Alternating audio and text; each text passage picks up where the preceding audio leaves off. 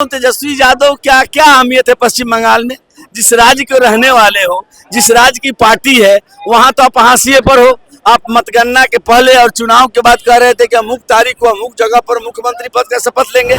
बड़े मुश्किल से 25 सीट आए और प्रतिपक्ष नेता के दर्जा के लिए 25 सीटों का दरकार है। एक विधायक बागी हो गया और तेजस्वी यादव की बेबसी और लाचारी देखिए कि अपने बागी विधायक पर ये कार्रवाई नहीं कर पा रहे हैं, क्योंकि जैसे कार्रवाई करेंगे नेता प्रतिपक्ष की कुर्सी चली जाएगी। इस राज्य में तो आपकी ठीक से पहचान नहीं है। अब तो राघोपुर में चुनाव क्षेत्र में जाते हैं तो बड़े बुजुर्गों से कहते हैं कि हम लालू जी के छोटका बेटा हैं, यानी आपको लालू जी के नाम पर अपने क्षेत्र में पहचाना जा रहा है। तो पश्चिम बंगाल में ना आप है, ना आपकी पार्टी है, ना आपका लालटेन का कोई नाम लेवा है। मंच पर जाकर हाथ हिलाने से लोकतंत्र में नहीं रोक सकता, इनका वहां जाना ही बेमतलब की बात थी। नमस्कार, NBC 24 देख रहे हैं आप। आपके साथ मैं स्नेहा गुप्ता। हमारे साथ खास बातचीत करने के लिए आपको बता दें कि बिहार सरकार के पूर्व मंत्री संजय टाइगर जी हैं। पश्चिम बंगाल में ऐतिहासिक जीत, सबसे पहले तो बहुत शुक्रिया बातचीत। चलिए, धन्यवाद धन्यवाद। कैसे देख रहे हैं इस ऐतिहासिक जीत? नहीं, ये तो अपेक्षाओं के अनुरूप है। हम पहले से भी अनुमान लगा रहे थे कि पश्चिम बंगाल में सरकार बनाएंगे, क्योंकि पश्चिम बंगाल की जनता टीएमसी सरकार से उब चुकी थी। सत्ता विरोधी लहर था, क्योंकि तुष्टीकरण की नीति, भ्रष्टाचार की प्रकाश था और कानून व्यवस्था पूरी तरह ध्वस्त थी। वहाँ जो टीएमसी की गुंडागर्दी चल रही थी, लोग बदलाव चाहते थे। लोगों को मतदान केंद्रों तक जाने का अवसर मिला, लोगों ने अपनी भड़ास निकाली, ममता बनर्जी को विदाई दे दी और बीजेपी पर विश्वास व्यक्त किया लोगों ने, क्योंकि बीजेपी विकास की पर्याय है।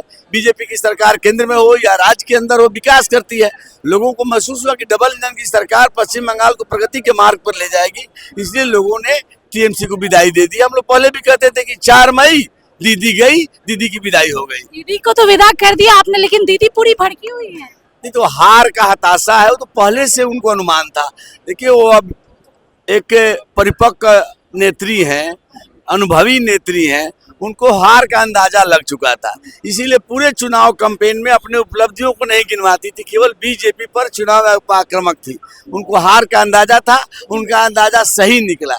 ये सौभाग्य है कि वो चुनाव लगता है जीत जाएंगी। पिछले बार स्वयं चुनाव हार गई थी, पार्टी चुनाव जीत गई थी। इस बार पार्टी भी हार रही है और उन पर भी हार का संकट है। संजय जी, ये सवाल मैं आपसे इसलिए पूछ रही हूँ क्योंकि आपने भी बीजेपी में अपना लंबा समय दिया है। आरजीकर मेडिकल कॉलेज की जिस स्टूडेंट्स के साथ आपको पता है क्या कुछ हुआ, उसके बाद उसकी मां को टिकट देना और सबकी नजर उसमें बनी हुई थी कि आखिरकार वो सीट निकलेगी कि नहीं। जीत हो गई, इस जीत को आप कैसे देखते हैं? कहा कि पश्चिम बंगाल की जनता में सत्ता के प्रति आक्रोश था, लोग टीएमसी से मुक्ति चाहते थे और पश्चिम बंगाल की जनता दूसरी आजादी महसूस कर रही है। लोग आजादी की सांस ले रहे हैं, नया सवेरा हुआ है, नया उजाला हुआ है और पश्चिम बंगाल विकास के मार्ग पर तेजी से जाएगा भारतीय जनता पार्टी के नेतृत्व में। झालमुड़ी भी बड़ा फेमस हो गया संजय जी, क्या लग रहा पार्टी चलेगी? ये नरेंद्र मोदी जी देश और दुनिया के सर्वाधिक लोकप्रिय नेता है, उनसे लोग प्रेरित होते हैं। अब उन्होंने झालमुड़ी खाई तो स्वाभाविक है झालमुड़ी की मांग बढ़ेगी। संजय जी, आपकी तरफ से है कि नहीं पार्टी झालमुड़ी की? देखिए, हमारे पार्टी के सारे कार्यकर्ता देश भर में जश्न मना रहे हैं। 3 राज्यों में हमारी सरकार बन रही है। असम में हमारी वापसी हुई है, पुदुचेरी में हमारी वापसी हो रही है, पश्चिम बंगाल में प्रचंड बहुमत से सरकार बना रहे हैं, तमिलनाडु में हम निर्णायक भूमिका में आ रहे हैं और केरलम में हमारा लक्ष्य था। एक तरफ एलडीएफ था, एक तरफ यूडीएफ था। हम एलडीएफ को सर का घाव मानते हैं, यूडीएफ को पाव का घाव मानते हैं। सर का घाव आज ठीक हो गया, पाव का घाव देर सवेर ठीक करेंगे। तो कार्यकर्ताओं में उत्साह होना स्वाभाविक है। और पश्चिम बंगाल, स्वर्गीय श्यामा प्रसाद मुखर्जी जो भारतीय जनसंघ के संस्थापक हैं, उनकी जन्मभूमि है, उनकी कर्मभूमि है। उस भूमि पर भारतीय जनता पार्टी का झंडा लहराया, ये सारे कार्यकर्ताओं के लिए सुकून है, उनके प्रति हम सबों की श्रद्धांजलि है। आखिरी सवाल आपसे ले लूंगी। तेजस्वी यादव पश्चिम बंगाल गए थे तो कहा था कि प्रधानमंत्री आते हैं तो बिहार में सत्तू पीते हैं, वहाँ झालमुड़ी खाते हैं, चोल ना। तो इस बार तो जवाब तो यहाँ सत्तू पिए तो चल गया, उनकी विदाई हो गई।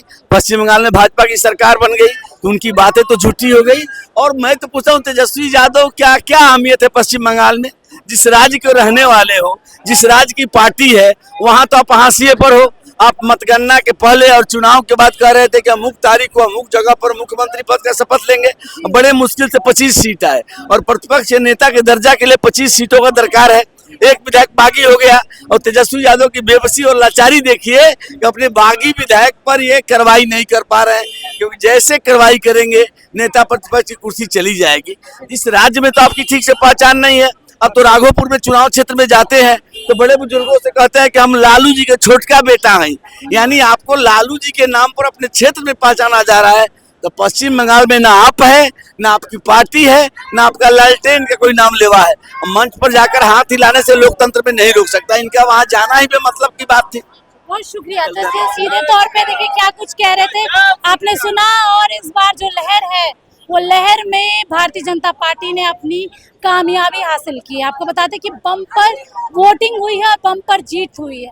अब बने रहिए हमारे साथ, तब तक के लिए बहुत बहुत शुक्रिया। स्नेहा गुप्ता, NBC 24 पटना।